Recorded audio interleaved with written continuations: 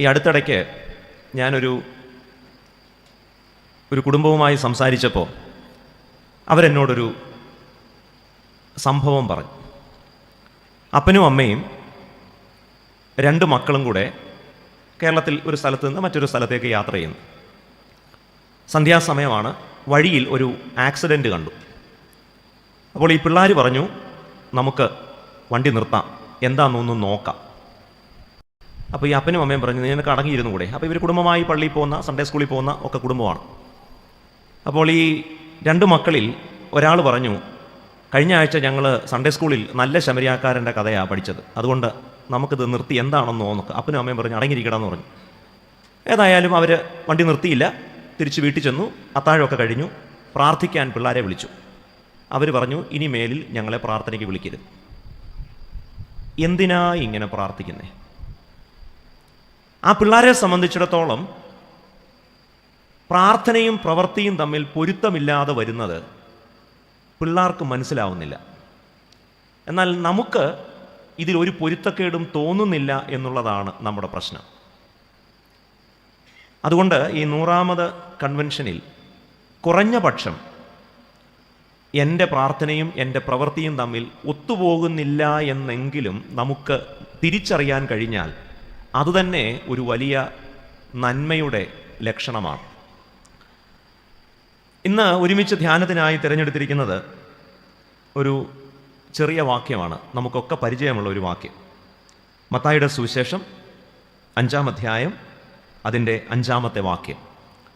സൗമ്യതയുള്ളവർ ഭാഗ്യവാന്മാർ, അവർ ഭൂമിയെ അവകാശമാക്കും. സൗമ്യതയുള്ളവർ ഭാഗ്യവാന്മാർ. ഇവിടെ ഇരിക്കുന്ന നിങ്ങളോട്, അല്ലെങ്കിൽ നിങ്ങൾക്കൊരു കടലാസ് തന്നിട്ട് സൗമ്യതയുള്ള ഒരു 2-3 പേരുടെ പേര് എഴുതിത്തരാൻ ഞാൻ നിങ്ങളോട് ആവശ്യപ്പെട്ടാൽ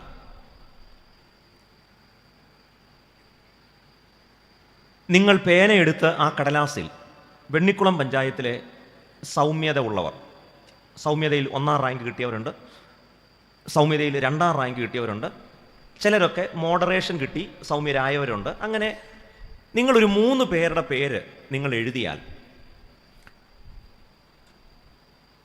എങ്ങനെയുള്ള മനുഷ്യരായിരിക്കും നിങ്ങളുടെ സൗമ്യതയുടെ പട്ടികയിൽ സ്ഥാനം പിടിക്കുക?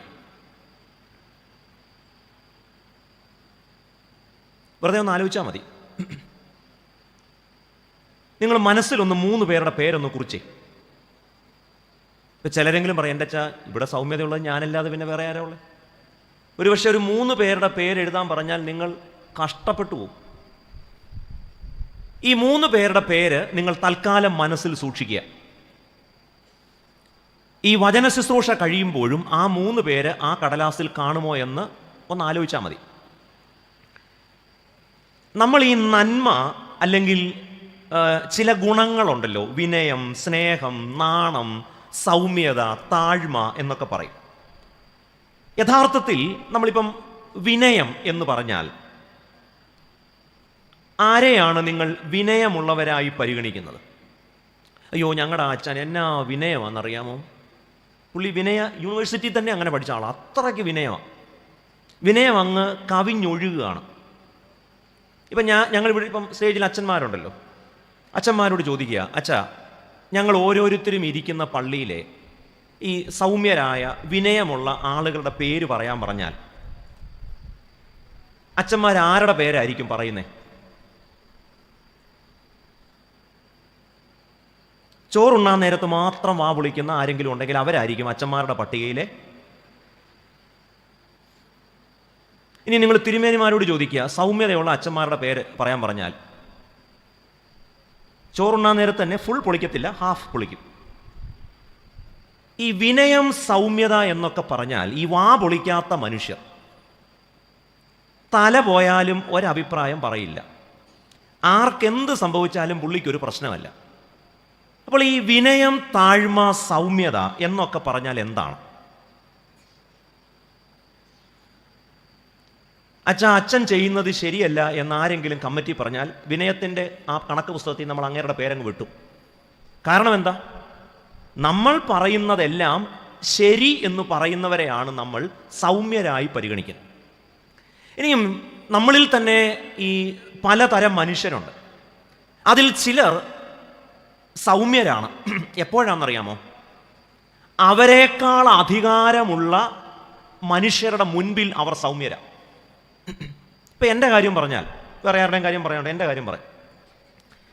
ഇപ്പം ഇടവകയിൽ ഒരു പാവപ്പെട്ട മനുഷ്യനുണ്ടെങ്കിൽ, അല്ലെങ്കിൽ ഇടവകയിലെ ശുശ്രൂഷകൻ, അതായത് ഞാൻ എന്തെങ്കിലും പറഞ്ഞാൽ തിരിച്ചൊന്നും പറയില്ലെന്നും എന്നെ ഒന്നും ചെയ്യില്ലെന്നും ആ മനുഷ്യൻ വിചാരിച്ചാൽ എനിക്കൊന്നും സംഭവിക്കില്ലെന്നും ഉറപ്പുള്ളപ്പോൾ നമ്മൾ ആരും സൗമ്യരല്ല. എന്നാൽ എന്നേക്കാൾ അധികാരമുള്ള ഒരാളുടെ മുൻപിൽ ഞാൻ സൗമ്യനാണ്. കാരണം ഈ പണി പോയാൽ പിന്നെ തൊഴിലുറപ്പിന് പോകേണ്ടി വരും. അപ്പോൾ എന്താണ് സൗമ്യത? സൗമ്യത എന്നത് നമ്മേക്കാൾ അധികാരമുള്ള ആളുടെ മുൻപിൽ നമ്മൾ സ്വീകരിക്കുന്ന ഒരു തന്ത്രമാണോ സൗമ്യത?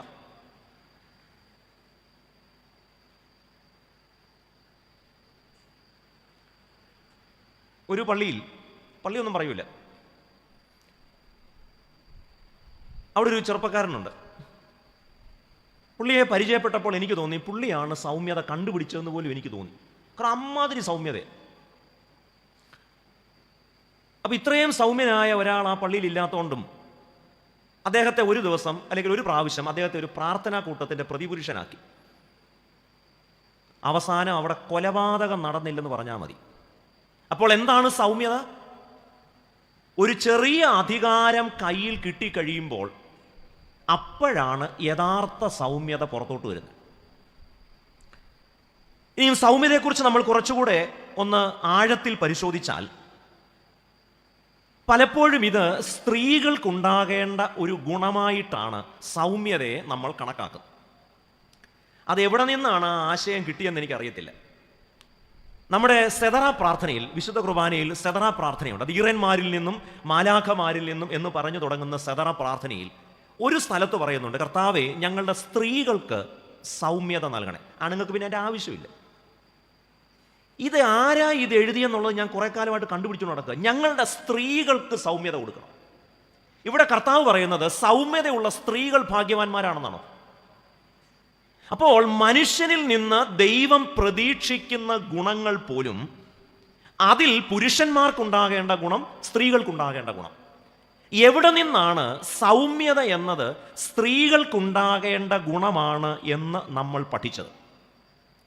ഞാൻ ആ സദറ പ്രാർത്ഥന ചൊല്ലുമ്പോൾ ഒരിക്കലും ആ പ്രാർത്ഥന അങ്ങനെ പറയാറില്ല. ഇനി ഇതിൻ്റെ പേരിൽ എന്നെ വിടർത്തിയാലും എനിക്ക് പ്രശ്നവുമില്ല. കാരണം അത് വേദപുസ്തകപരമായി ശരിയല്ല എന്നതാണ് കാരണം. ആത്മാവിൻ്റെ ഫലത്തെക്കുറിച്ച് പറയുന്നുണ്ട്. സ്നേഹം, സന്തോഷം, സമാധാനം, ദീർഘക്ഷമ, ദയ, പരോപകാരം, വിശ്വസ്തത. അവിടെ പറഞ്ഞിട്ടുണ്ടോ അത് സ്ത്രീകൾക്കുള്ള ഗുണമാണ്? എല്ലാ ദൈവ പൈതലിനും ഉണ്ടാകേണ്ട ഒരു ഗുണമാണ് സൗമ്യത. പിന്നെ എങ്ങനെയാണ് നമ്മുടെ ആരാധനക്രമത്തിൽ ഞങ്ങളുടെ സ്ത്രീകൾക്ക് സൗമ്യത കൊടുക്കണേ? അപ്പോൾ സൗമ്യത എന്നത് ഒരു സ്ത്രീ ഭാവമാണോ? അതൊരു സ്ത്രൈണ ഭാവമാണോ? അതൊരു ഫെമിനൈൻ ക്വാളിറ്റിയാണോ? അതോ അത് ആത്മാവിൻ്റെ ഫലമാണോ? ഞങ്ങൾ അച്ഛന്മാരോട് നമ്മൾ ഈ വാക്കാണ് ഇന്ന് സൗമ്യത എന്ന് പറയുന്ന ഒരു വാക്കാണ്. നിങ്ങൾ ഡയറിയൊക്കെ അങ്ങ് മടക്കി വെച്ചു, എഴുതാനൊന്നും കാണത്തില്ല ഇന്ന്. ഇതെല്ലാം കൂടെ എഴുതിയിട്ടും കാര്യമൊന്നുമില്ല. അതൊക്കെ അങ്ങ് മടക്കി സ്വസ്ഥമായിട്ടിരിക്കും. ഒറ്റ വാക്കേ ഉള്ളൂ സൗമ്യത. ഈ എഴുതിയ ബുക്കെല്ലാം കൂടെ വീട്ടിൽ വെച്ച് എന്നിട്ട് എന്ത് കൊടുക്കാനാണ്? അതുകൊണ്ട് ഇന്ന് ഒന്നും എഴുതണ്ടെന്നങ്ങ് തീരുമാനിക്കുക കേട്ടോ. സന്തോഷമായാലും എല്ലാം അങ്ങ് മടക്കി വെക്കുക. ഒരു ദിവസമെങ്കിലും നിങ്ങൾ എഴുതാത്തൊരു പ്രസംഗം ഒന്ന് കേട്ട് നോക്കുക. എന്തെങ്കിലും ഒരു ഗുണമുണ്ടോ എന്ന് നമുക്കൊന്ന് പരിശോധിച്ച് നോക്കാം കേട്ടോ. ഞങ്ങൾ ഈ അച്ഛന്മാരെ പല പള്ളികളിലൊക്കെ ശുശ്രൂഷ ചെയ്യുമ്പോൾ സ്വാഭാവികമായും ഒത്തിരി ചെറുപ്പക്കാരികളെയും ഒക്കെ പരിചയപ്പെടും. അപ്പോൾ മക്കൾക്ക് വിവാഹാലോചനയൊക്കെ നടക്കുമ്പോൾ ഞങ്ങളോട് ചോദിക്കും, അച്ഛാ നല്ല പിള്ളേർ വല്ലതും ഉണ്ടോ? ആൺപിള്ളേരുണ്ടോ പെൺപിള്ളേരുണ്ടോ എന്നൊക്കെ ചോദിക്കും. ഞാൻ ശ്രദ്ധിച്ചിട്ടുള്ള ഒരു കാര്യം, ഇനി മരുമക്കളെയാണ് അല്ലെങ്കിൽ ആൺകുട്ടികൾക്ക് ഭാര്യമാരെ, പെൺമക്കളെ അന്വേഷിക്കുമ്പോൾ മിക്കവാറും അപ്പന്മാർ പറയും, അച്ഛാ നല്ല സൗമ്യതയുള്ള പിള്ളേർ വല്ലതും ഉണ്ടോ അച്ഛൻ്റെ പള്ളി? ഒരിക്കൽ പോലും ഈ 25 വർഷമായി അച്ഛനായിട്ട് ലുക്കില്ലെന്നുള്ളതേ ഉള്ളൂ. 25 വർഷമായി ഇന്ന് വരെ ഒരു അപ്പനും എന്നോട് ചോദിച്ചിട്ടില്ല, അച്ഛാ സൗമ്യതയുള്ള ആമ്പിള്ളാരും വല്ലതും ഉണ്ടോ? ഒരുപക്ഷെ ഈ സദനാ പ്രാർത്ഥനയെ കേട്ട് കേട്ട് കേട്ട് കേട്ട് അവസാനം ഇതൊരു ആത്മാവിൻ്റെ ഫലമല്ലെന്നും ഇത് സ്ത്രീകൾക്ക് വേണ്ട പ്രത്യേക ഗുണമാണെന്നും നമ്മൾ ധരിച്ചു വച്ചിട്ടുണ്ട്. ഇത് വേദപുസ്തക വിരുദ്ധമാണ്. വേദപുസ്തകം ഒരിക്കലും അങ്ങനെ പറയുന്നില്ല. ഞാനിനി അതിനെക്കുറിച്ച് വിശദമായി പുറകെ പറയുന്നുണ്ട്. അപ്പോൾ എന്താണ് സൗമ്യത? ഇപ്പം നാണമുള്ള ഒരു പുരുഷനെ നിങ്ങൾക്ക് സഹിക്കാൻ പറ്റുമോ? കാരണം നാണമെന്ന് പറഞ്ഞത് എന്ത് ഗുണമാണ്? ഇങ്ങനെ അതൊരു സ്ത്രൈണ ഭാവം. ഇപ്പം ഞാനൊരല്പം ഒരു നാണമാണെങ്കിൽ ഉടനെ നിങ്ങൾ ചോദിക്കും, അച്ഛൻ എന്തോ ഒരുമാതിരി പെണ്ണുങ്ങളെ പോലെ ചോദിക്കും. കാരണം നാണം എന്ന് പറയുന്നത് ആർക്ക് മാത്രമേ പാടുള്ളൂ? അതാ നമ്മളിങ്ങനെ മുഖമൊക്കെ വാട്ടി ഒരല്പം ലജ്ജിച്ച് നിൽക്കുന്നതിനാണ്. കഞ്ചാവ് വിൽക്കുന്നതിന് നാണമില്ല, കൈക്കൂലി വാങ്ങിക്കുന്നതിന് നാണമില്ല, പിന്നെ ഉള്ള മര്യാദകേടുകൾ കാണിക്കുന്നതിന് ഗുണമില്ല. എന്തും കാണിക്കാം, പക്ഷേ നാണം ആർക്ക് മാത്രമേ ഉള്ളൂ? അപ്പോൾ ഇങ്ങനെ സൗമ്യത, വിനയം, താഴ്മ, നാണം എന്നൊക്കെ നമ്മൾ പറയുമ്പോൾ പലപ്പോഴും അത് ഇന്ന ക്വാളിറ്റികൾ ആൺകുട്ടികൾക്ക് അല്ലെങ്കിൽ ആൺപിള്ളാർക്ക്, ഈ ചിലത് പുരുഷന്മാർക്ക്. അങ്ങനെയാണെങ്കിൽ സൗമ്യത എന്നത് ഒരു സ്ത്രൈണ ഭാവമാണോ, അതോ ദൈവം എല്ലാ മനുഷ്യനിൽ നിന്നും പ്രതീക്ഷിക്കുന്ന ഒരു ഗുണവിശേഷമാണ്? ഇനിയും ഒരാൾ സൗമ്യനല്ല, അഹങ്കാരിയാണ് എന്ന് നമ്മൾ എപ്പോഴാണ് പറയുന്നത്? നമ്മുടെ നാട്ടിൽ ഈ ആന ഉണ്ട്. അതിൽ നാട്ടാനയുണ്ട്, കാട്ടാനയുണ്ട്. കാട്ടിൽ വലിയ ശക്തിയോടെ ജീവിക്കുന്ന ആനയെ നമ്മൾ പിടിച്ച് വീട്ടിൽ കൊണ്ടുവരും, അല്ലെങ്കിൽ നാട്ടിൽ കൊണ്ടുവരും. എന്നിട്ട് ഒരു ചുള്ളിക്കമ്പ് ചാരി വെച്ചിട്ട് ഇരിയാനെ, നിൽക്കാനെ, ഇവിടെ പനിനീര് തളിക്കാനെ എന്നൊക്കെ പറയുമ്പം ഈ കമ്പ് കൊണ്ട് ഇങ്ങനെ കറക്കുമ്പം ഈ ആന അങ്ങനെ ചെയ്യും. എന്നാൽ ഈ പാപ്പാനെയും പാപ്പാൻ്റെ ഉപ്പാപ്പനെയും കൊണ്ട് എടുത്ത് ചുഴറ്റി എറിയാനുള്ള ആരോഗ്യം ആർക്കുണ്ട്? ഈ ആനയ്ക്കുണ്ട്. പക്ഷേ ഈ വള്ളിക്കൊമ്പ് കാണിച്ച് ഇങ്ങനെ ഈ ആനയെ നിർത്തും. അപ്പം നമ്മൾ പറയും ഈ ആന മെരുങ്ങി എന്ന് പറയും. ആ വാക്ക് നിങ്ങൾ ശ്രദ്ധിക്കണം, മെരുങ്ങി. ഇംഗ്ലീഷിൽ അതിനെ ടൈമിങ് എന്നാണ് പറയും. അപ്പോൾ ഒരു നല്ല ആനയെന്ന് പറഞ്ഞാൽ എന്താണ്? ഇരിയാനയെന്ന് പറയുമ്പോൾ ഇരിക്കണം, നിൽക്കാനയെന്ന് പറയുമ്പോൾ നിൽക്കണം, ഇവിടെ പനിനീര് തളിക്കാനെന്ന് പറയുമ്പോൾ ഇവിടെ തന്നെ തളിക്കണം, അപ്പുറത്ത് തളിച്ചാൽ കുഴപ്പം. ചുരുക്കം പറഞ്ഞാൽ നമ്മൾ ഈ സൗമ്യത, വിനയം, താഴ്മ എന്നൊക്കെ പറയുമ്പോൾ നമ്മുടെ ഇഷ്ടത്തിനനുസരിച്ച് ഉപയോഗിക്കാൻ കഴിയുന്ന മനുഷ്യരുണ്ട്. People whom we can manipulate. എൻ്റെ ഇഷ്ടത്തിനും എൻ്റെ താല്പര്യങ്ങൾക്കും എൻ്റെ സ്വാർത്ഥതയ്ക്കും അനുസരിച്ച് ഉപയോഗിക്കാൻ കഴിയുന്ന, ചൂഷണം ചെയ്യാൻ കഴിയുന്ന, ഞാൻ പറയുന്നതെന്തും അത് ശരിയാണോ തെറ്റാണോ എന്ന് നോക്കാതെ അനുസരിക്കുന്ന, ഞാൻ പറയുന്നത് എന്ത് വെടലത്തരമാണെങ്കിലും അതൊക്കെ ശരിയാണെന്ന് പറയുന്ന ആളുകളെയാണ് നമ്മൾ പൊതുവെ എന്തോ പറയുന്നത്? സൗമ്യർ എന്ന് പറയും. പണ്ട് റഷ്യയിൽ ക്രൂഷ്ചേവ് എന്ന് പറയുന്ന ഒരു മനുഷ്യനുണ്ടായിരുന്നു. അയാൾ വലിയ ഒരു പുലിയാണെന്നാണ് പറയുന്നത്. അപ്പോൾ ഇദ്ദേഹം ഇങ്ങനെ വലിയ ബെഡായി പറയുന്ന ആളാണ്. തള്ള് എന്ന് നമ്മുടെ നാടൻ ഭാഷയിൽ പറയും അല്ലേ? ഏറ്റവും കൂടുതൽ തള്ള് നമ്മുടെയൊക്കെ പരിപാടികളിൽ അല്ലേ? സ്വാഗതത്തിൽ അധ്യക്ഷനെ തള്ളും, അധ്യക്ഷൻ തിരിച്ച് സ്വാഗതം പറഞ്ഞതിനെ തള്ളും, എല്ലാവരും കൂടെ തള്ളി തള്ളി തള്ളി സ്റ്റേജിൽ മുഴുവൻ തള്ളാണ്. അപ്പോൾ ഈ ബെഡായി പറയുമ്പം കൈയടിച്ചോണമെന്നാണ്. അപ്പോൾ ഈ ക്രൂഷ്ചേവിനൊരു ഈ വേട്ടയ്ക്ക് പോകുന്നത് വലിയ താല്പര്യമാണ്. അപ്പോൾ അവിടെ പോയിട്ട് വന്നിട്ട് ഈ വീരസ്യം പറയും. അപ്പോൾ ഈ ക്രൂഷ്ചേവ് ഒരു പ്രാവശ്യം ഇങ്ങനെ നായാട്ടിനൊക്കെ പോയിട്ട് തിരിച്ചു വന്നിട്ട് തൻ്റെ ഈ അരമനയിൽ ഈ സദസ്സിലുള്ള മനുഷ്യരോട് വേട്ടയുടെ വിശേഷങ്ങൾ പറയുക. അപ്പോൾ അദ്ദേഹം പറയുന്നുണ്ട്, ഞാനൊരു സ്ഥലത്ത് ഇങ്ങനെ കാട്ടിൽ ചെന്നപ്പോൾ അവിടെ ഒരു 20 കിളിയിരിക്കുന്നു. ഞാൻ സ്വാഭാവികമായും അതിനെ വെടിവെച്ചിടും. പക്ഷെ ഒരു കുഴപ്പം, എൻ്റെ കൈ 16 ഉണ്ടേ ഉള്ളൂ. അതുകൊണ്ട് ഞാൻ ഈ 16 ഉണ്ട വെച്ച് 20 എണ്ണത്തിൽ 16 എണ്ണത്തിനെ വെടിവെച്ചിട്ടു. അപ്പോൾ ഇനി എത്ര എണ്ണം ബാക്കിയുണ്ട്? 4 എണ്ണം ഉണ്ട്. ഈ 4 എണ്ണത്തിനെ കൂടെ ഇടണമെന്ന് എനിക്ക് വാശിയായി. ഞാൻ നേരെ അരമന ഈ കൊട്ടാരത്തിൽ ചെന്നു, ഉണ്ട എടുത്തുകൊണ്ട് വന്നു. എന്നിട്ട് ബാക്കി 4 എണ്ണത്തെ, അപ്പോൾ ആ കിളി അവിടെ വെയിറ്റ് ചെയ്യുക. എന്തിനാ? എന്നെ വെടിവെക്കൂ. അപ്പോൾ ക്രൂഷ്ചേവ് ഇതെല്ലാം പറയുമ്പോൾ ആ സദസ്സിലിരിക്കുന്നവരെല്ലാം വെൽ ഡൺ. എന്നാ രാജാവേ, ഇതൊരു ഭോഷത്തരമാണ്, ഇതൊരു വങ്കത്തരമാണ് എന്ന് പറയാൻ ആ കൊട്ടാരത്തിൽ ഒരുത്തനുമില്ല. അപ്പോൾ ഈ നേതാവ് പറയുന്നതെല്ലാം അതുപോലെ വിശ്വസിക്കുന്ന, അത് അതുപോലെ ഏറ്റുപറയുന്ന ഭജന സംഘത്തിൻ്റെ പേരാണ് സൗമ്യർ എന്ന് പറയും. മറ്റൊരു തരത്തിൽ പറഞ്ഞാൽ, എനിക്ക് ഇഷ്ടമുള്ളപ്പോൾ ഞാൻ ആഗ്രഹിക്കുന്നത് പോലെ എനിക്ക് ഉപയോഗിക്കാൻ കഴിയുന്ന മനുഷ്യരുടെ പേരാണ് സൗമ്യർ. ഇപ്പം ഞാനൊരു സെമിനാരിയിൽ പഠിപ്പിക്കുന്ന ആളാണ്. പഠിപ്പിക്കുന്നു എന്ന് പറയാൻ പറ്റത്തില്ല, ക്ലാസ്സിൽ പോകുന്നുണ്ട്. പഠിപ്പിക്കുന്നുണ്ടോ ഇല്ലയോ എന്ന് പിള്ളേരാ പറയണേ. അപ്പം എന്നോട് ചോദിക്കുക, സെമിനാരിയിലെ ഏറ്റവും സൗമ്യതയുള്ള പയ്യൻ ആരാണെന്ന് ചോദിച്ചാൽ ഞാൻ എന്ത് പറയും? ഞാൻ ക്ലാസ്സിൽ പറയുന്ന മണ്ടത്തരമെല്ലാം അതുപോലെ വിശ്വസിക്കുന്ന, എന്നിട്ട് അത്യാവശ്യം ഹോസ്റ്റലിലെ ഏഷണിയൊക്കെ എന്നോട് വന്ന് പറയുന്നവരാണ് ആര്? അപ്പം എനിക്ക് ചാരനായി ഉപയോഗിക്കാൻ കഴിയുന്ന, എനിക്ക് മാനിപ്പുലേറ്റ് ചെയ്യാൻ കഴിയുന്ന, നല്ല നാടൻ ഭാഷയിൽ പറഞ്ഞാൽ തല എൻ്റെ കക്ഷത്തിൽ വെച്ച് തരുന്നവരെയാണ് നമ്മൾ എന്തെന്ന് പറയുന്നത്? യേശു ആ അർത്ഥത്തിലല്ല, നിങ്ങൾക്ക് മാനിപ്പുലേറ്റ് ചെയ്യാൻ കഴിയുന്ന, നിങ്ങൾ പറയുന്നതെല്ലാം നിങ്ങൾക്ക് വേണ്ടി ചെയ്തു തരുന്ന, നിങ്ങൾക്ക് വിവരങ്ങൾ ചോർത്തി തരുന്ന ചാരന്മാരുടെ പേരല്ല, ചാരപ്പണിയുടെ പേരല്ല സൗമ്യത. വീണ്ടും സൗമ്യത എന്ന് പറഞ്ഞാൽ എന്ത് അനീതിയും എന്ത് അന്യായവും സഹിക്കുന്നവരെയാണ് നമ്മൾ എന്തെന്ന് പറയുന്നത്? സൗമ്യത. ഇപ്പം ചില കുടുംബത്തിൽ എന്തെല്ലാം പ്രാവശ്യം തല്ലും വഴക്കും ഒക്കെ കേട്ടാലും എല്ലാ ദിവസവും, പുസ്തകത്തിൽ ഒരു സ്ത്രീയുണ്ട്, വസ്തി. കേട്ടിട്ടുണ്ടോ? അസ്ഥി എന്ന് കേട്ടിട്ടുണ്ട്. വസ്തി. വസ്തി ഒരു സൗമ്യതയുള്ള സ്ത്രീയാണോ അല്ലയോ?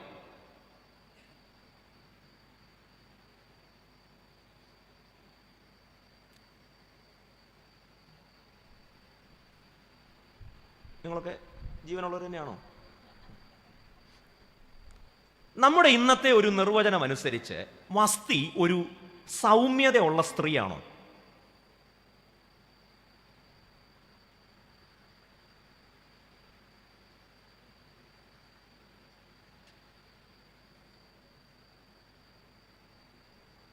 ആരാ വസ്തി എന്ന് മനസ്സിലായോ? എസ്തേറിന്റെ പുസ്തകത്തിലെ രാജ്ഞിയാണ്. ഒരു ദിവസം ഭർത്താവ് മദ്യപിക്കുക. അപ്പോൾ അവിടെ നമ്മൾ വായിക്കുന്നുണ്ട്, അഹശ്വേരോശ് രാജാവ് വലിയ വിരുന്നൊക്കെ നടത്തുന്നു. അപ്പോൾ അവിടെ ഒരു മദ്യപാന സദസ്സാണ്. എന്ന് പറഞ്ഞാൽ ആണുങ്ങളെല്ലാവരും കൂടെ കൂടിയിരുന്ന് മദ്യം സേവിക്കുക.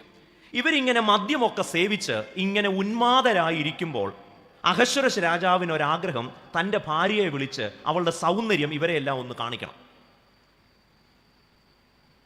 രാജ്ഞി പറഞ്ഞു, നടക്കില്ല, ഞാൻ വരത്തില്ല. അപ്പോൾ ഭർത്താവ് പറയുന്നത് ആരനുസരിക്കുന്നില്ല? വസ്തി അനുസരിക്കുന്നില്ല, ഞാൻ വരത്തില്ല.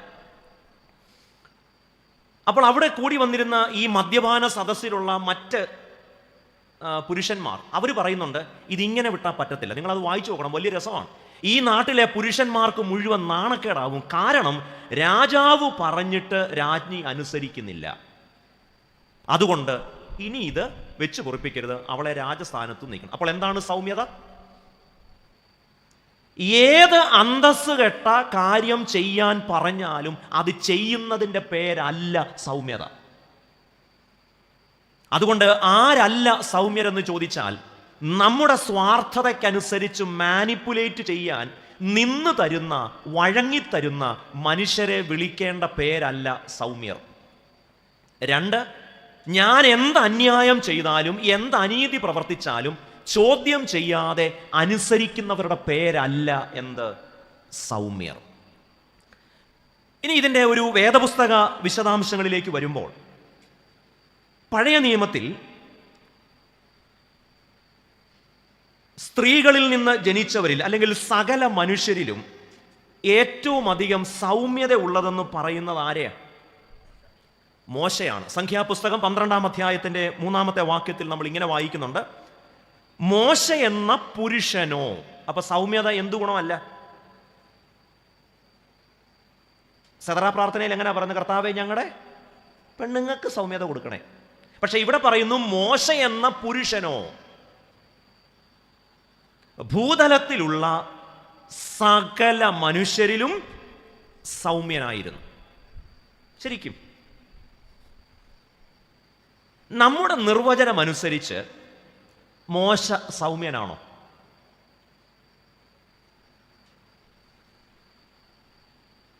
മോശ ഒരു എടുത്തിയാട്ടക്കാരനായിരുന്നു? ശരിക്കും പറഞ്ഞാൽ മോശ ഒരു കുലപാതകിയാണ്. രണ്ടുപേരും വഴക്കുണ്ടാക്കുമ്പോൾ അതിൻ്റെ അകത്ത് കയറി ഇടപെടേണ്ട വല്ല കാര്യമാണോ? അവൻ ചാവുന്ന ചത്തോട്ടെ എന്ന് വിചാരിച്ചാൽ പോലെ. അപ്പോൾ അവനവൻ്റെ കാര്യം നോക്കി എനിക്കൊന്നും പറ്റരുത് എന്ന് ചിന്തിച്ച് ജീവിച്ച മനുഷ്യനല്ല മോശ. അന്യായം നടന്നപ്പോൾ, അനീതി സംഭവിക്കുന്നത് കണ്ടപ്പോൾ അതിൽ ഇടപെട്ടയാളാണ് ആര്?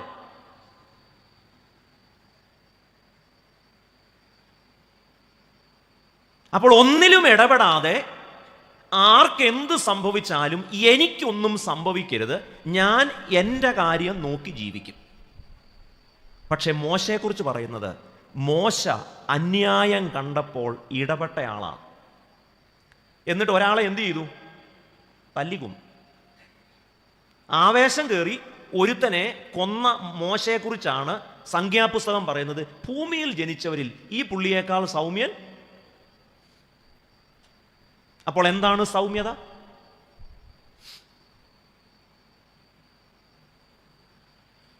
മോശയെക്കുറിച്ച് പറയാനാണെങ്കിൽ ഒത്തിരിയുണ്ട്. മോശ സീനായി പർവ്വതത്തിൽ നിന്ന് കൽപ്പനയൊക്കെ വാങ്ങി, 10 കൽപ്പനയൊക്കെ വാങ്ങി താഴോട്ട് വരുമ്പോൾ അവിടെ ഭയങ്കര ഡാൻസാണ്. നമ്മുടെ ന്യൂജൻ ഭാഷയിൽ പറഞ്ഞാൽ എന്തോ ഡാൻസാണ്. ഇപ്പോഴത്തെ പിള്ളേരൊക്കെ ചെയ്യുന്നൊരു ഡാൻസ് ഉണ്ടല്ലോ, പാട്ടൊക്കെ വെച്ചിട്ട്. അത് DJ. ശരിക്കും പറഞ്ഞാൽ മോശ പർവ്വതത്തിൽ നിന്ന് ഇറങ്ങി വരുമ്പോൾ അവിടെ DJ ആണ്. വലിയ നൃത്തമാണ് നടക്കുന്നത്. അവരുടെ നടുവിൽ ഒരു കാളക്കുട്ടിയുണ്ട്. മോശ ഇങ്ങോട്ട് വന്നിട്ട്, കർത്താവിൽ പ്രിയ കുഞ്ഞാടുകളെ, ആണോ? സൗമ്യനാണെങ്കിൽ എന്ത് ചെയ്യണം? ദയവായി ആ DJ ഒന്ന് നിർത്തുവോ? ഇങ്ങനെയാണോ മോശ പറയുന്നത്? മോശ ആദ്യം ചെയ്തത് കയ്യിലിരുന്ന കൽപ്പലക എടുത്തിട്ട് അങ്ങ് ഉടച്ചു, അടിച്ചു നിലത്തി. എന്നിട്ട് മോശയുടെ ക്രോധം, മോശ വളരെ കുപിതനാവുകയാണ്. കാരണം യഥാർത്ഥത്തിലുള്ള മിസ്രയീമിൽ നിന്ന് വിടുവിച്ച ദൈവമല്ലാതെ മറ്റു ദൈവങ്ങൾ ഉണ്ടാകുന്നത് കണ്ടപ്പോൾ മോശയിൽ കോപം ജ്വലിക്കുകയാണ്. അപ്പോൾ സൗമ്യനായ ഒരാൾക്ക് എന്ത് ആവാൻ പാടില്ല? നമ്മൾ കോപിക്കുന്ന ഒരാളെ നമ്മൾ എന്തെന്ന് പറയത്തില്ല. അപ്പം നിങ്ങൾ ആദ്യം മനസ്സിലെഴുതിയ 2-3 പേരുടെ പേരുണ്ടല്ലോ, ഒത്തുവരുന്നുണ്ടോ? എത്ര എണ്ണം വെട്ടി?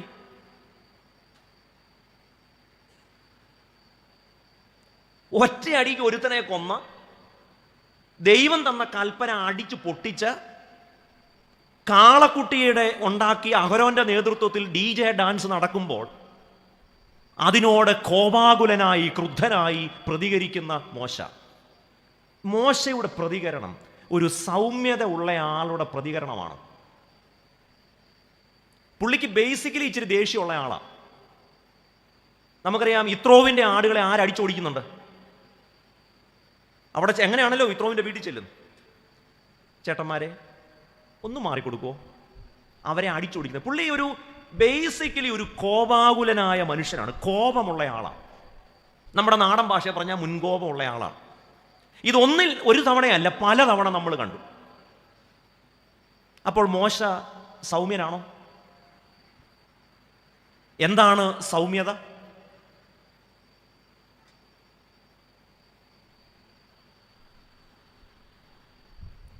മോശയുടെ കാര്യം അവിടെ നിൽക്കട്ടെ. യേശുവാണ് ഏറ്റവും വലിയ സൗമ്യൻ. യേശു തന്നെ പറഞ്ഞു, ഞാൻ ആരുള്ള ആളാ? മത്തായിയുടെ സുവിശേഷം 11-ാം അധ്യായത്തിൽ യേശു പറയുന്നുണ്ട്, അയ്യോ ഞാൻ ആരാണെന്നറിയാമോ? ഞാൻ ആരാണ്? സൗമ്യതയുള്ള ആളാ. ഞാൻ സൗമ്യതയും താഴ്മയും ഉള്ളവനാണ് എന്നാര് തന്നെ പറയുക? യേശുവിൻ്റെ ജീവിതം ഒന്ന് നോക്കിക്കേ. നമ്മുടെ ആ സൗമ്യതയുടെ നിർവചനം അനുസരിച്ച് എന്തെങ്കിലും വരുന്നുണ്ടോ? യേശു യെരുശലേം ദേവാലയത്തിലോട്ട് പോകുമ്പം കഴുതയുടെ പുറത്ത് കയറിയാ പറയുന്നത്. അപ്പം സെഖരിയാ പ്രവചനമൊക്കെ പറയുന്നുണ്ട്, ഇതാ നിന്റെ രാജാവ് സൗമ്യനായി. പക്ഷെ പള്ളിയിലോട്ട് കയറിയപ്പം പുള്ളി കാണിച്ചത് സൗമ്യതയായിരുന്നു. യേശു തന്നെ പറയുന്നുണ്ട്, ഞാൻ സൗമ്യനാണ്. ആശാ ഞായറാഴ്ച അല്ലെങ്കിൽ യെരുശലേം എഴുന്നള്ളത്തിന്റെ ദിവസം യേശു ദേവാലയത്തിലേക്ക് പ്രവേശിക്കുമ്പോൾ പ്രവചനം പൂർത്തിയാവുന്നു. എന്താണ് പ്രവചനം? ഇതാ നിന്റെ രാജാവ് കഴുതയുടെ പുറത്ത് സൗമ്യനായി വരുന്നു. പക്ഷെ പള്ളിയിലോട്ട് കയറിയപ്പം അവിടെ കണ്ട പൊൻവാണിഭക്കാരെയും കച്ചവടക്കാരെയും എല്ലാം അടിച്ചു പുറത്താക്കി. സൗമ്യന?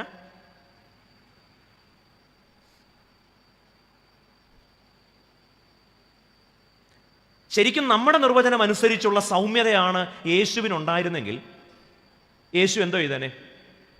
ആ പള്ളിയിലോട്ട് കയറി, കർത്താവേ, നീ നിന്റെ ദൂതന്മാരെ അയച്ച് ഈ പൊന്മാണിപ്പക്കാരെ എല്ലാം പൊക്കി പുറത്താക്കണേ എന്ന് പറയും. ഞാൻ ബലഹീനനാണല്ലോ, ഞാൻ അശക്തനാണല്ലോ, അതുകൊണ്ട് എനിക്കൊന്നും പറ്റൂല, നീ തന്നെ നിന്റെ ക്രോബേന്മാരെയും മാലാഖമാരെയും ഗബ്രിയേൽ ദൂതനെയൊക്കെ അയച്ച് കഴിയുമെങ്കിൽ ഒരു വണ്ടി വല്ലതും കൊണ്ടുവന്ന് ഇവരെ ഇവിടുന്ന് കയറ്റി വേറൊരിടത്ത് കൊണ്ടുപോകണേ. പുള്ളി ഒരു ചാട്ടവാറ കൊണ്ട് അടിച്ച് എല്ലാത്തിനെയും പുറത്താക്കി. ഈ യേശുവാ പറയുന്നത് ഞാൻ ആരാ?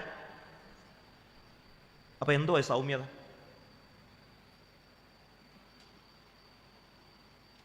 ഇനിയും സൗമ്യൻ എന്ന് പറഞ്ഞാൽ ഉപ്പിനാൽ രുചി വരുത്തിയ വാക്കായിരിക്കണം. അങ്ങനെയൊക്കെയാണോ നമ്മൾ പഠിച്ചു വെച്ചേക്കുന്നത്? യേശു പരീശന്മാരെ വിളിച്ച വാക്ക് വല്ലതും ഡിക്ഷണറിയിലുള്ള വാക്കാണോ? ഒരു സൗമ്യനായ ഒരാൾക്ക് ഉപയോഗിക്കാൻ കഴിയുന്ന ഭാഷയാണോ യേശു പരീശന്മാരെയും ശാസ്ത്രിമാരെയും ഒക്കെ വിളിക്കുന്നത്?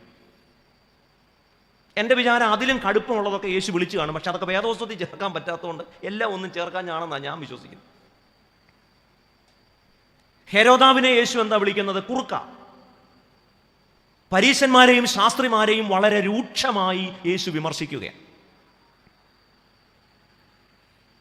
അപ്പോൾ എന്താണ് സൗമ്യത?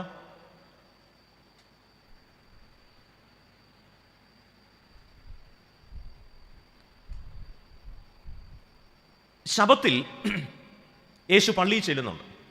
അത് പലതും നമുക്കറിയാം. അവിടെ ഒരു 18 വർഷം കൂനിയായ ഒരു സ്ത്രീയുണ്ട്. യേശു ആ സ്ത്രീയെ കണ്ടപ്പോൾ യേശുവിന് അന്നേരപ്പം സൗഖ്യമാക്കണം. 18 വർഷം എന്തായാലും കുനിഞ്ഞു നടന്ന സ്ത്രീയല്ലേ, ഒരു ദിവസം കൂടെ കുനിയുന്നതിന് അവർക്ക് വലിയ കുഴപ്പമൊന്നുമില്ല. ഉണ്ടോ? 18 വർഷം കുനിഞ്ഞു നടന്ന ഒരു സ്ത്രീ, അവരോട് യേശു പറയുക, ഇന്ന് ശബത്തല്ലേ, ഞാൻ ഇന്ന് സുഖമാക്കിയാൽ ഇവർക്ക് ഇഷ്ടപ്പെടത്തില്ല, അവർ പൊതുയോഗം കൂടി എനിക്കിട്ട് പണി തരും, അതുകൊണ്ട് നാളെ. പക്ഷേ യേശു യാതൊരു മെഡിക്കൽ എമർജൻസിയും ഇല്ലാതിരുന്നിട്ട് അവിടെ മനഃപൂർവ്വം വഴക്കുണ്ടാക്കുമല്ലേ? യേശുവിന് അന്നേരപ്പം തന്നെ ആ സ്ത്രീയെ സുഖമാക്കണം. ഇതൊരു സൗമ്യതയുള്ള ആളുടെ ലക്ഷണമാണോ?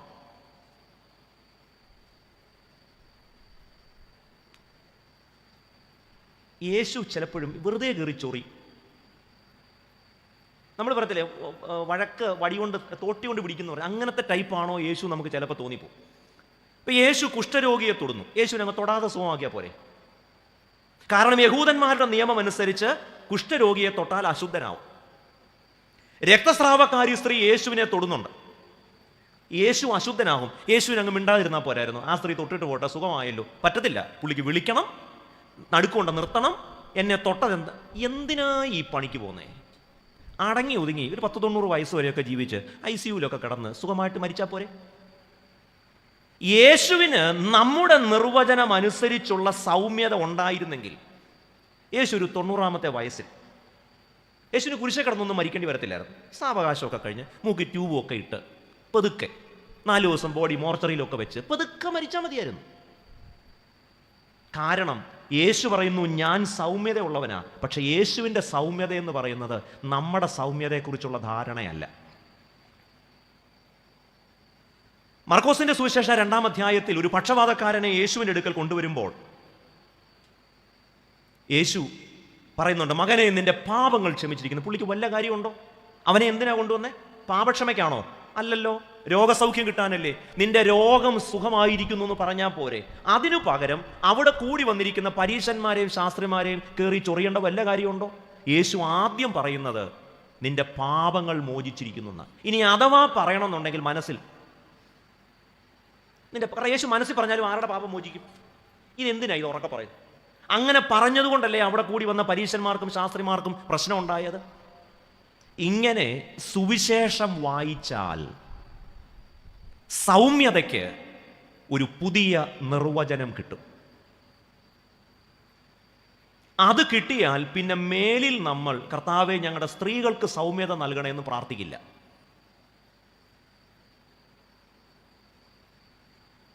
എന്താണ് സൗമ്യത? ഇനിയും യേശുവിൻ്റെ സൗഹൃദങ്ങളൊക്കെ നോക്കിക്കേ. അവിടെയുള്ള ഏതെങ്കിലും ഒരു സ്റ്റാൻഡേർഡ് ഉള്ള ഒരാളുമായിട്ട് യേശു കൂട്ടുകൂടിയോ? ഒരു പത്മശ്രീ ഉള്ള ഒരാൾ, അല്ലെങ്കിൽ നമ്മുടെ നാടൻ ഭാഷയിൽ പറഞ്ഞാൽ ഒരു ഷെവലിയാർ ആണോ? ചുങ്കക്കാർ, പാപികൾ, വേശ്യമാർ, സത്യത്തിൽ ഒരു സൗമ്യതയും പക്വതയുമുള്ള ഒരാൾക്ക് ചേർന്ന കൂട്ടുകെട്ടാണോ യേശുവിൻ്റെ കൂട്ടുകെട്ട്? ഞാൻ കഴിഞ്ഞ ദിവസം ഒരു സൺഡേ സ്കൂൾ ടീച്ചേഴ്സ് മീറ്റിങ്ങിൽ പറഞ്ഞു, നിങ്ങൾ പിള്ളേരോട് ഒരിക്കലും വേദപുസ്തകം വായിക്കണമെന്ന് പറയരുത്. കാരണം വേദപുസ്തകം ഒരു അപകടം പിടിച്ച പുസ്തകമാണ്. ഇത് നേരെ ചൊവ്വേ വായിച്ചാൽ അധികം കാലം ജീവിച്ചിരിക്കാൻ പറ്റില്ല. കാരണം എന്താണ്? നമ്മൾ പാട്ടൊക്കെ പാടും, യേശുവിനെ പോലാകാൻ. സത്യത്തിൽ നമുക്ക് താല്പര്യമുണ്ടോ യേശുവിനെ പോലാവാൻ? ഉണ്ടോ? യേശുവിൻ വാക്ക് കേൾക്കുവാൻ വെറുതെ പറയുന്നല്ലേ? കാരണം യേശുവിനെ പോലെ ജീവിച്ചാൽ അധികം കാലം ഈ നാട്ടിൽ ജീവിക്കാൻ പറ്റില്ല. ഇപ്പം ഞാൻ എൻ്റെ പട്ടത്വ ശുശ്രൂഷയിൽ 25ാമത്തെ വർഷമാണ്. അപ്പോൾ ചില കൂട്ടുകാരൊക്കെ, എൻ്റെ കോളേജിലൊക്കെ പഠിച്ച കൂട്ടുകാർ പറഞ്ഞു 25 ആഘോഷിക്കണം. അപ്പോൾ ഞാൻ അവരോട് പറഞ്ഞു, സത്യത്തിൽ അതൊരു നാണം കെട്ട പരിപാടിയാണ്. കാരണം ഞാൻ ഈ 25 കൊല്ലം ജീവിച്ചു എന്നതിൻ്റെ അതുതന്നെ ഞാൻ യേശുവിനെ പോലെ അല്ല ജീവിച്ചെന്നാണ് അതിൻ്റെ അർത്ഥം. കാരണം യേശുവിന് എത്ര ജീവിക്കാൻ പറ്റുള്ളൂ? 3.5 കൊല്ലം. അപ്പോൾ ഞാനൊരു 25 കൊല്ലമായിട്ടും പരിക്കില്ലാതെ ജീവിക്കുന്നെങ്കിൽ അതിൻ്റെ കാരണം എന്തുവാ? ഞാൻ യേശുവിനെ പോലെ ജീവിച്ചില്ലെന്നാണ് എൻ്റെ. അത് ഞാൻ നാട്ടുകാരോട് പറഞ്ഞ് അറിയിക്കേണ്ട കാര്യമുണ്ടോ? ഞാൻ കഴിഞ്ഞ 25 കൊല്ലം യേശുവിനെ പോലെ അല്ല ജീവിച്ചെന്ന് നാട്ടുകാരെ എന്തിനറിയിക്കുന്നു? യേശുവിനെ പോലെ ജീവിക്കാൻ എളുപ്പമൊന്നുമല്ല. പാട്ട് പാടാൻ കൊള്ളാം.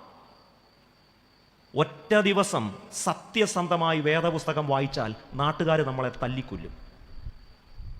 തല്ലിക്കൊല്ലുക എന്നുള്ളത് പോസിറ്റീവായ സെൻസിൽ പറഞ്ഞതാണ്. അതാണ് അവർ യേശുവിനോട് ചെയ്തത്. അതുകൊണ്ട് സൗമ്യത, യേശു പറയുന്നു ഞാൻ സൗമ്യതയുള്ളവനാണ്. പക്ഷേ 4 സുവിശേഷങ്ങളിലായി നാം കാണുന്ന യേശുവിൻ്റെ സൗമ്യത ചോറുണ്ണാൻ നേരത്ത് മാത്രം വാവിളിക്കുന്ന, ആരുടെയെങ്കിലും കക്ഷത്തിൽ കൊണ്ട് തലവെച്ച് കൊടുക്കുന്ന, ആർക്കും എങ്ങനെയും ഉപയോഗിക്കാൻ കഴിയുന്ന, ആര് എന്തു പറഞ്ഞാലും അതെല്ലാം ശരിയെന്ന് പറയുന്ന ഒരു സൗമ്യതയല്ല യേശുവിൽ നാം കാണുന്നത്. സൗമ്യത ആത്മാവിൻ്റെ ഫലമാണ്.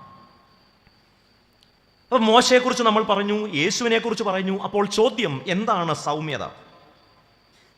സൗമ്യത എന്നത് അധ്വാനിക്കുന്നവർക്കും ഭാരമുള്ളവർക്കും അഭയമാകുന്നതിൻ്റെ പേരാണ് സൗമ്യത.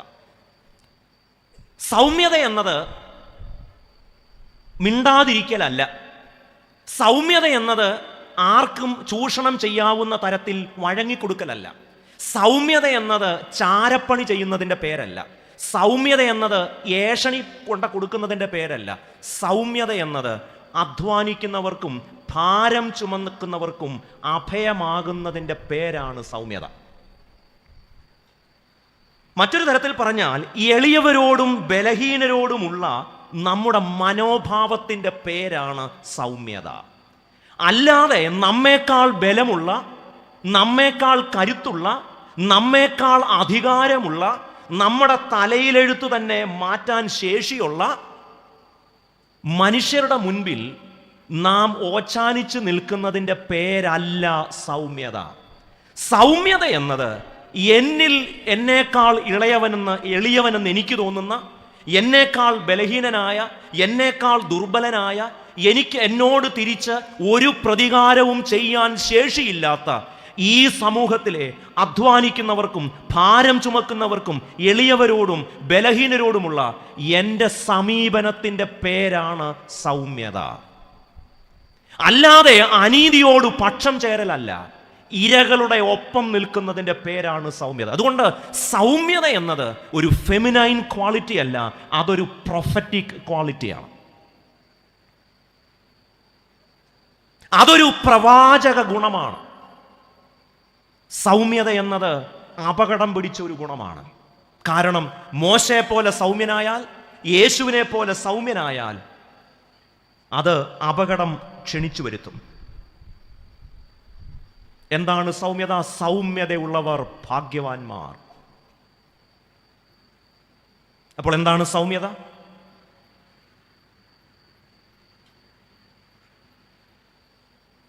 ആ 3 പേരും ഇപ്പോഴും നിങ്ങളുടെ കടലാസിൽ തന്നെ ഉണ്ടോ?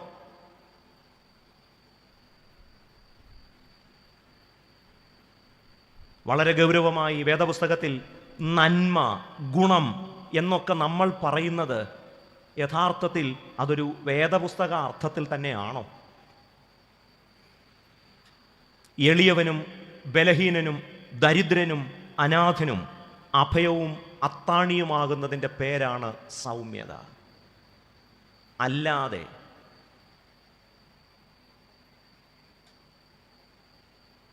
ഭാസ്കർ പട്ടേലറുടെ മുമ്പിൽ തൊമ്മി നിൽക്കുന്നത് പോലെ നിൽക്കുന്നതിൻ്റെ പേരല്ല സൗമ്യത.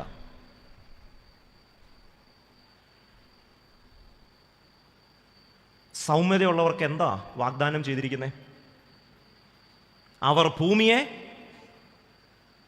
ഇവിടെ ശ്രദ്ധിക്കേണ്ട ഒരു കാര്യം, 37-ാം സങ്കീർത്തനത്തിൽ പറഞ്ഞിരിക്കുന്നതിനെ കർത്താവ് ഇവിടെ തിരുത്തുന്നുണ്ട്. 37-ാം സങ്കീർത്തനം 11-ാമത്തെ വാക്യത്തിൽ പറയുന്നത്, സൗമ്യതയുള്ളവർ ഭാഗ്യവാന്മാർ, അവർ ഭൂമിയെ കൈവശമാക്കും. പക്ഷെ ഇവിടെ കർത്താവ് പറയുന്നത്, സൗമ്യതയുള്ളവർ ഭാഗ്യവാന്മാർ, അവർ ഭൂമിയെ അവകാശമാക്കും. ഒരിടത്ത് പറയുന്നു, സങ്കീർത്തനം 37 പറയുന്നു കൈവശമാക്കും. എന്നാൽ കർത്താവ് ആ വാക്കൊന്ന് മാറ്റി പറയുന്നത് അവകാശമാക്കും. അപ്പോൾ ഈ ഭൂമി ആരുടെ അവകാശമാണ്? നമുക്ക് പറയുന്നതെല്ലാം അതുപോലെ ശരിയാണെന്ന് സമ്മതിക്കുന്നതിൻ്റെ പേരല്ല സൗമ്യത. എല്ലാ അന്യായവും അനീതിയും ചോദ്യം ചെയ്യാതെ സഹിക്കുന്നതിൻ്റെ പേരല്ല സൗമ്യത. സൗമ്യത യേശുവിൽ കണ്ട ഗുണമാണ്. സൗമ്യത ആത്മാവിൻ്റെ ഫലമാണ്. അനീതി കാണുമ്പോൾ ഇടപെടുന്ന ആർജവത്തിൻ്റെ പേരാണ് സൗമ്യത. അന്യായം സംഭവിക്കുമ്പോൾ അതെന്നെ ബാധിക്കത്തില്ലെങ്കിലും അതിൽ ഇടപെടാനുള്ള ഉത്തരവാദിത്വം എനിക്കുണ്ട് എന്ന തിരിച്ചറിവിൻ്റെ പേരാണ് സൗമ്യത. സൗമ്യത ഒരു തിരിച്ചറിവാണ്. സൗമ്യത ഒരു ഡിസേൺമെൻ്റാണ്. മോശയ്ക്ക് ഒരു കാര്യവുമില്ല രണ്ടുപേർ വഴക്കുണ്ടാക്കുമ്പോൾ പോയി ഇടപെടാൻ. അങ്ങനെ ഇടപെട്ടത് കൊണ്ടാണ് നല്ല കൊട്ടാരത്തിൽ പുട്ടടിച്ചിരുന്ന മോശയ്ക്ക് ഓടിപ്പോകേണ്ടി വരുന്നത്. വല്ല കാര്യമുണ്ടോ? അടങ്ങി ഒതുങ്ങി ആര് ചത്താലെന്താ, ആരെവിടെ പോയാലെന്താ, എൻ്റെ കാര്യം നോക്കി എനിക്ക് ജീവിക്കണം. അന്യായം കാണുമ്പോൾ പ്രതികരിക്കുന്ന, അനീതി കാണുമ്പോൾ ഇടപെടാനുള്ള സന്നദ്ധത, അതിൽ ഇടപെടേണ്ടത് എൻ്റെ ഉത്തരവാദിത്തമാണെന്ന തിരിച്ചറിവിൻ്റെ പേരാണ് സൗമ്യത. ദൈവമല്ലാതെ മറ്റു ദൈവങ്ങൾ ഉണ്ടാകുന്നു, വിഗ്രഹങ്ങൾ ഉണ്ടാകുന്നു എന്ന് കാണുമ്പോൾ അതിനോട് അസഹിഷ്ണുത പ്രകടിപ്പിക്കുന്ന, കോപാകുലനായി പ്രതികരിക്കുന്ന മോശയുടെ ഇടപെടലിൻ്റെ പേരാണ് പ്രത്യേകത. ആ ഇടപെടലിൻ്റെ പേരാണ് സൗമ്യത. ദേവാലയത്തിൽ അന്യായമായത് കാണുമ്പോൾ, ദേവാലയം ചന്തയാകുമ്പോൾ, അത് കച്ചവട സ്ഥാനമാകുമ്പോൾ, അവിടെ ലാഭം കൊയ്യുന്ന ഇടമായി മാറുമ്പോൾ ദേവാലയത്തിൽ നിന്നും കച്ചവടക്കാരെ അടിച്ചു പുറത്താക്കുന്ന തൻ്റെ ഇടത്തിൻ്റെ പേരാണ് സൗമ്യത. മനുഷ്യനെ ചൂഷണം ചെയ്യുന്ന ഹെരോദാവിനെ പോലെയുള്ള ഭരണാധികാരികളുടെ അവരെ കുറുക്ക എന്ന് വിളിക്കുന്ന ആ തൻ്റെ ഇടത്തിൻ്റെ പേരാണ് സൗമ്യത. മതനിയമങ്ങൾ മനുഷ്യനെ വരിഞ്ഞു കെട്ടുമ്പോൾ മതത്തേക്കാൾ വലിയതാണ് മനുഷ്യത്വമെന്ന് ഉറക്കെ പ്രഖ്യാപിക്കുന്ന സ്ഥൈര്യത്തിൻ്റെ പേരാണ് സൗമ്യത. മറ്റൊരു തരത്തിൽ പറഞ്ഞാൽ, ദൈവത്തെ മാത്രം ഭയപ്പെട്ട് ജീവിക്കുന്നതിൻ്റെ പേരാണ് സൗമ്യത. അല്ലാതെ പേടിത്തൊണ്ടന്മാർക്ക് കൊടുക്കേണ്ട വിശേഷണമല്ല സൗമ്യത. മോശയും യേശുവുമൊക്കെ ദൈവത്തെ മാത്രം ഭയപ്പെട്ട് ജീവിച്ച മനുഷ്യരാ. അപ്പോൾ ദൈവത്തെ മാത്രം ഭയപ്പെട്ട് ജീവിക്കുന്ന മനുഷ്യർക്ക് കൊടുക്കേണ്ട പേരാണ് സൗമ്യർ. അല്ലാതെ പേടിത്തൊണ്ടന്മാരെ വിളിക്കേണ്ട പേരല്ല. ഏറ്റവും അവസാനമായി ഞാൻ പറഞ്ഞത്, അധ്വാനിക്കുന്നവർക്കും ഭാരമുള്ളവർക്കും എളിയവർക്കും ദരിദ്രർക്കും ബലഹീനർക്കും ഒക്കെ അത്താണിയും അഭയവും ആശ്വാസവുമാകാനുള്ള നമ്മുടെ സന്നദ്ധതയുടെ പേരാണ് സൗമ്യത. നമ്മേക്കാൾ എളിയവരോട് ക്ഷമിക്കുന്ന മനസ്സിൻ്റെ പേരാണ് സൗമ്യത. അങ്ങനെയുള്ളവർ, അവർ ഭൂമിയെ കൈവശമാക്കേണ്ട കാര്യമില്ല. അവർക്കുള്ളതാണ് ഈ ഭൂമി. ഈ ഭൂമി അങ്ങനെയുള്ളവരുടെ അവകാശമാണ്. ശാന്തമായി ദൈവസന്നിധിയിൽ, കർത്താവേ, ഞാൻ എന്താണ് ഇത്രയും കാലം സൗമ്യത എന്നതുകൊണ്ട് മനസ്സിലാക്കിയിരുന്നത്? ഞാൻ മനസ്സിലാക്കിയിരുന്നത് പോലെയാണോ വേദപുസ്തകം സൗമ്യതയെ വിശേഷിപ്പിക്കുന്നത്? ഒന്നും മിണ്ടാത്ത, ഒരഭിപ്രായവും പറയാത്ത, ഒന്നിലും ഇടപെടാത്ത പേടിത്തൊണ്ടന്മാരെയാണോ നാം സൗമ്യർ എന്ന് വിളിക്കേണ്ടത്? അതോ ദൈവത്തെ മാത്രം ഭയപ്പെട്ട് അന്യായം കാണുമ്പോൾ ഇടപെടുന്ന, അഗതികൾക്കും എളിയവർക്കും അഭയമാകുന്ന, മതത്തേക്കാൾ വലിയതാണ് മനുഷ്യനെന്ന് തിരിച്ചറിയുന്ന ഈ സന്നദ്ധതയുടെ, ഈ തിരിച്ചറിവിൻ്റെ, ഈ മനോഭാവത്തെ അല്ലേ കർത്താവെ ഞാൻ സൗമ്യതയെന്ന് മനസ്സിലാക്കേണ്ടത്? അതുകൊണ്ട് ഈ 2024 നമുക്ക് സൗമ്യതയുള്ളവരായി ജീവിക്കാം. നമ്മുടെ നാട്ടുകാർ സൗമ്യതയെക്കുറിച്ച് പറയുന്ന നിർവചനമല്ല, യേശുവും മോശയും അവരെ പറയുന്നത് സ്ത്രീകളിൽ നിന്ന് ജനിച്ചവരിൽ, ഭൂതലത്തിൽ ജനിച്ച മനുഷ്യരിൽ ഏറ്റവും സൗമ്യൻ മോശയാണ്. യേശു തന്നെ വിളിക്കുന്നത് ഞാൻ സൗമ്യതയുള്ളവനാണ്. സൗമ്യത സ്ത്രീകളുടെ ഗുണമല്ല, അത് ആത്മാവിൻ്റെ ഫലമാണ്.